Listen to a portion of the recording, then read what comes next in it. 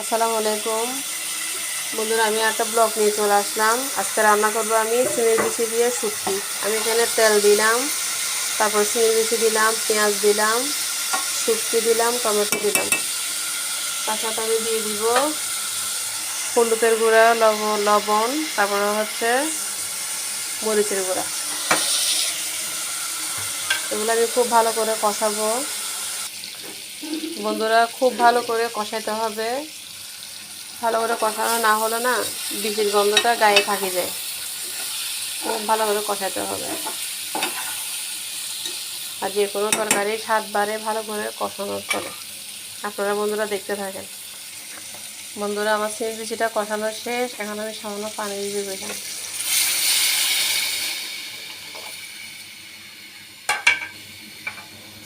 আপনারা বন্ধুরা দেখতে থাকেন। বন্ধুরা, আমার সিমের বিচিটা হয়ে গেছে।